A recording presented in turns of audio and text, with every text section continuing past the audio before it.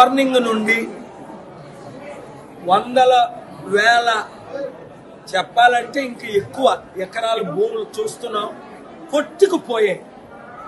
పంట ఘోరంగా నష్టం వచ్చింది. 2, రైతులు ఆత్మహత్యలు చేసుకునే పరిస్థితి.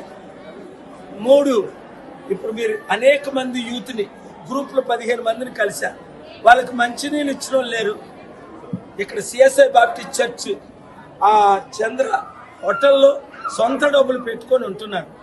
4, ఇప్పుడున్న పరిస్థితులు చూస్తుంటే ఈ 2-3 రోజుల తర్వాత వచ్చే నాదులు లేరు. కనుక నేను తమ్ముడు రేవంత్ రెడ్డి గవర్నమెంట్ నేను డిమాండ్ చేస్తుంది ఏంటంటే, డబ్బులు ప్రపంచంలో కావలసినంత ఉంది. మీకు డబ్బులు తేడం రాదు, నాకు డబ్బులు తేడం వచ్చు. రమ్మంటే చేయరు. అదాని అంబానీల చుట్టే మీరు తిరుగుతారు. అందుకనే అలసిపోయి కేసీఆర్ బంగారు తెలంగాణ అని అప్పులు తెలంగాణ చేశారనే కదా మీకు మద్దతు ఇచ్చాను తమ్ముడు. మరి మీరు కూడా వచ్చి 2-3 లక్షల కోట్లు అప్పు పెంచారే కానీ 10 లక్షల కోట్లు అప్పు అయిపోయిందే కానీ ఎవరికి బెనిఫిట్? నిరుద్యోగులకు ఉద్యోగాలు లేవు, ఉద్యోగ భృతి లేదు.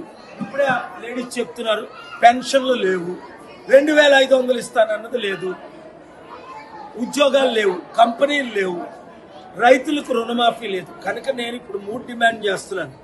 సెప్టెంబర్ 21 లోపుని మీరు నేను ఖర్చు పనిచేస్తే తెలంగాణ అభివృద్ధి, లేదా మేము జూబ్లీ హిల్స్లో ఇప్పుడున్న 3 కుటుంబ కుల అవినీతి పార్టీ బీజేపీ, కాంగ్రెస్, బీఆర్ఎస్ను చిత్తుగా ఓడించండి, మార్పు తీసుకురండి, ప్రజాశాంతి పార్టీని గెలిపించండి.